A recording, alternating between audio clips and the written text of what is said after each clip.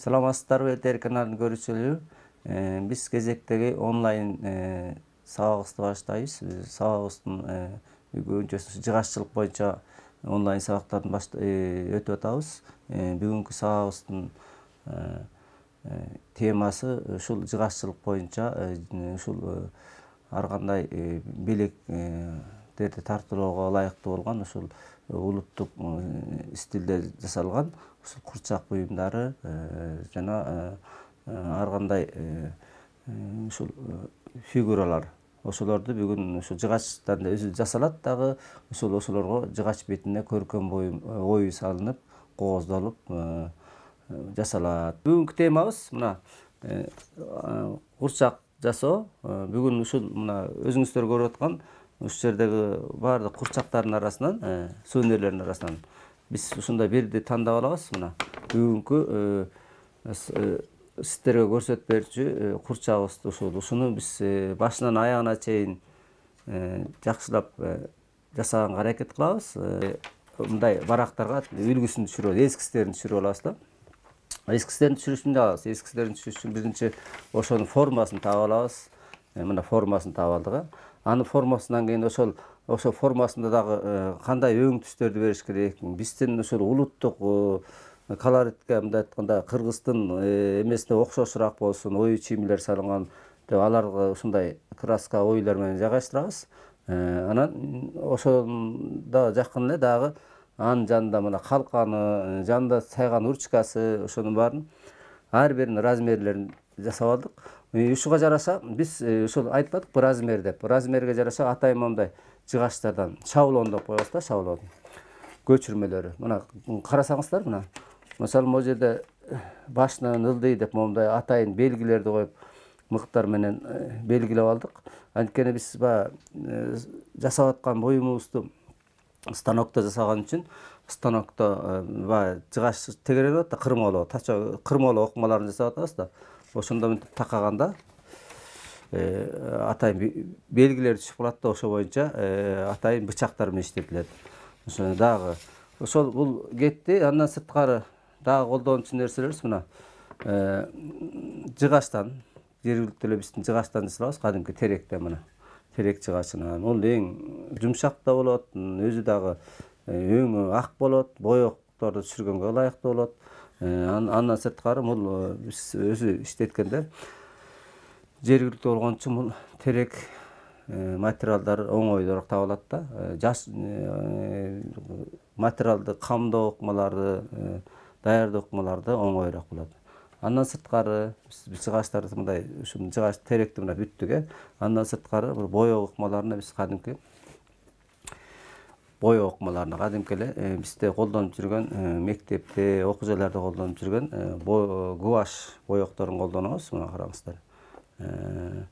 Гуаш боёкторун. Булардын дагы кадимки 6 түрүн колдонобуз дагы. Бири-бирине кошуп өңдөрүн чыгарабыз. Андан сырткары кадимки эле тушту колдонобуз. Алар менен боёо, сызуу ыкмаларын үчүн кадимки кистичканы колдонобуз, перону колдонобуз.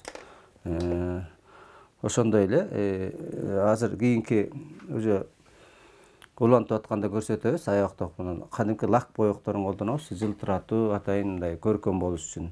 Гуаш боёкторун боёбуз көбүнчөсүн. Буга да гуаш боёкторун колдонобуз.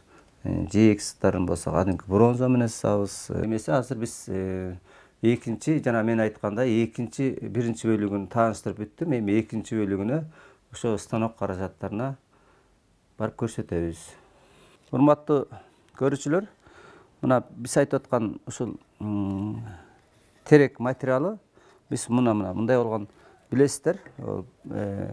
Теректи ушундай материалга кестирип келгенден кийин атайын ушундай станоктордун жардамы менен ушу формасын ылайыктайбыз. Мисалы монун түбү диаметрине жараша, көрдүңүздөр мына. Ушуга жараша жасап аткан буюмубузга жараша материал даярдайбыз. Курчактын диаметрине жараша да эсептейбиз. Көрдүңүздөр мына диаметри 5 деп койдук да, 5. Мына көрдүңүздөр, мулда 5. Көрдүңүздөр. Ушуга жараша биз материал даярдайбыз. Ушу курчактын мына. Ушуга материал даярдайбыз. Размерин алабыз мына. Мен мурунтан эле даярдап койгом буларды. Ошо оңойрок болуш үчүн кадимки эле мына жыгачты ушуга даярдап алабыз. Еттик анда.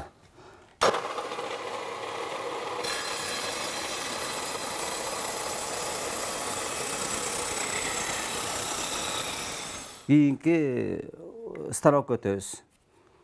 Мына буюрса жыгачыбызды даярдадык. Эми ушул токарный станок деп коет. Бул жерге ушул тоголоктоп фигурасын чыгарабыз курчактын. Анда эмесе кеттик. Биз азыр мону бул жерге заправкага бекитебиз. İşte başlayız.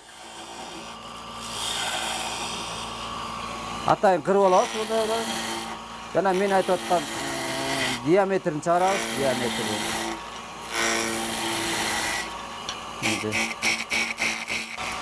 Diametrini çağırabız, buyursa dayar bolup kaldı. Эми jana men aytып atkан şablon, görüңүздөр мына şablondu. Болгондо ошол арганын формасы чыгат да, формасы. Ана şablonду койдум. Andan keyin atayın bıçaklar menен иштеп баштайбыз.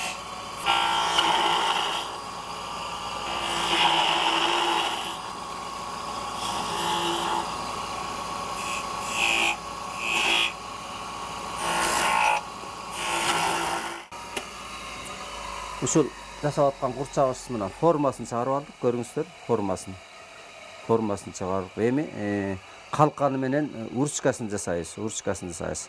Жасайбыз дагы анан боё, кийинки боё ыкмаларын өтөбүз. Азыр биз калканын жасап алам.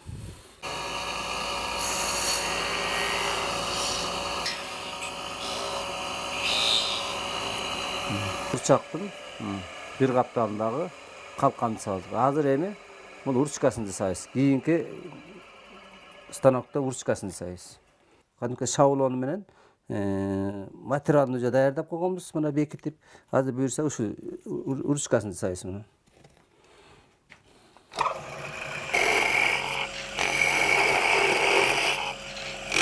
Атайын ортоңку так ортосун белгилеп алабыз. Мына тешип ичине. Мынтип белгилеп алабыз. Анан ошол атайын ушундай уручкага ылайыктуу сверлолор бар. 3-2'lik деп коебуз ушуну. Ушуну сверлөө менен мынтип мына. Баягы белгилеп алган так ортосун тешебиз мына. Көрүп атасыздар мында. Толуп кеткен ыламы алып коюп, мына шаблонун койдум. Уручка тиякта турат. Мына шаблонду койгондо атайын мыктардын жардамы менен бүт баары ченелген. Кадимки тегеренип алат станок. Истери чыгып калат. Алам. Эми алгандан кийин болду, карап туруп атайын кесүүчү бычактардын жардамы менен иштей баштайбыз. Белгилеп алам дагы бир жолу.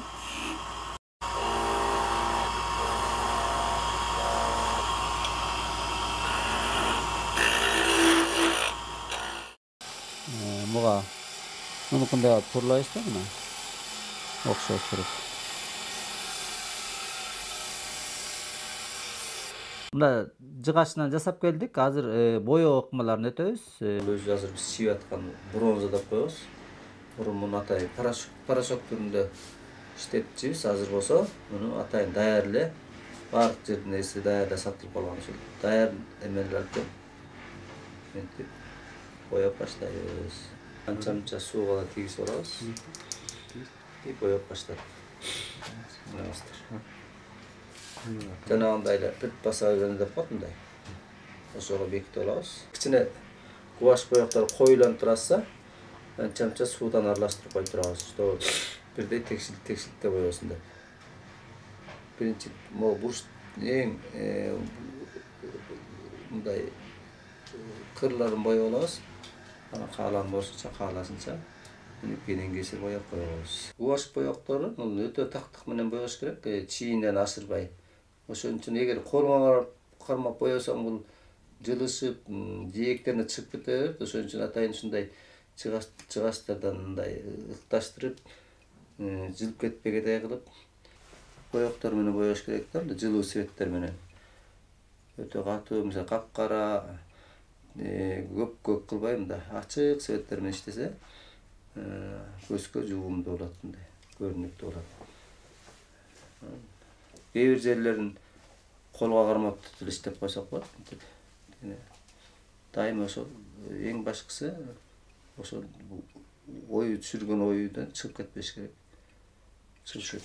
Да. Азыр биз мына өзүңүздөр көргөндөй, мына мунун башындагы эмесин тагабыз. Аны атайын мындай болгон килейге отурсабыз, чыгып кетпеш үчүн. Килейге отурсуп, түстөп коебуз. Мынтип. Oldu. Bunu da aşçılarını alıp koyuyorsun tabi. Buna urçkası menen kıçınakay yemesi var. Urçka sayıgıça oşonu. Şu lökönü hazır kurgakça, kuvaş batele kurgayt negisi. Onu 10 minut tile. Bu lökönü hazır oyu düşürüp şu lökönü qoğuzdap turabız. Kurgakça. Жыгашын даярдап келдик, таптаза апакай болуп турат. Бул жерде болсо эталондор турат. Тегерекемеге сай болобуз. Боёгонго, ою чиймесилерин салганга аябай жакшы ыңгайлуу болот да, ыңгайлуу болот. Анан ою салсаң дагы текши түшөт да, текши түшөт. Кыздар өзү ушул боёк ыкмаларына кыздар жакшы болот да, таза, анан өзү чыдамкай болот да. Эркек балдар көбүнчөсүн станокто иштеп, анан мындай ушу майда боёгондорго балдар чыдабай кетет да. Оюн чийимдер биз колдон келишинче биз башка улуттардык эмес, өзүбүздүн кыргыздык колоритке ылайыктуу оюн чийимдер салабыз. Ошо эки жактан келген коноктор да ошо келгенде биздин Кыргыздын өзүнүн ою чийимдерге салган эмелерди алып келсин. Ошол биздин Кыргызстанды эки жакка чыкканда таанысын. Ошолорду кээ бир бизде эки жакта Европада, Америкада окуп жүргөн, иштеп жашап жүргөн кыргыз биздин мекендештерде ушундайларды көп болуп кетишет.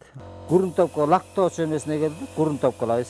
Ушу жанагы жайылып кетпеш үчүн атайын азыркы кез ушундай эме менен чачып калганбыз.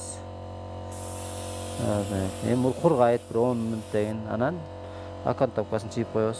Ушуну мына микролар өзү 5-10 минуттун ичинде кургайт. Биз мына лактап койдук. Болду. Көрдүңүздөр мына лактадык, жана бүтүргөнбүз. Мына жалтыратуучу лактарга лактадык. Кудай буюрса сууну курчабыз даяр болду. Бул өзүбүз мындай айтканда Кыргыздын мен колоритине жакын Joker дегенди жасадык. Бир чети биягында баягы курал жарак болуп эсептелет, бирок бизче айтканда бул карасаңыздар мында бул урчка да болуп кете берет. Мына мындай сайып коймой, мындай айтканда жакшы белек болду. Бүгүнкү сабагыбыздын жыйынтыгы ушундай болду. Сиздерге ушул менин өткөн сабагым өтө кызыктуу болду, жакшы кызыктуу кеңештерди бердим деп ойлойм. Карасаңыздар, мына жыйынтыктарды бүттүк. Бүгүнкү Joker деген курчакты жасадык. Кийинки онлайн сабагына көрүшкөнчө сак саламатта болуңуздар.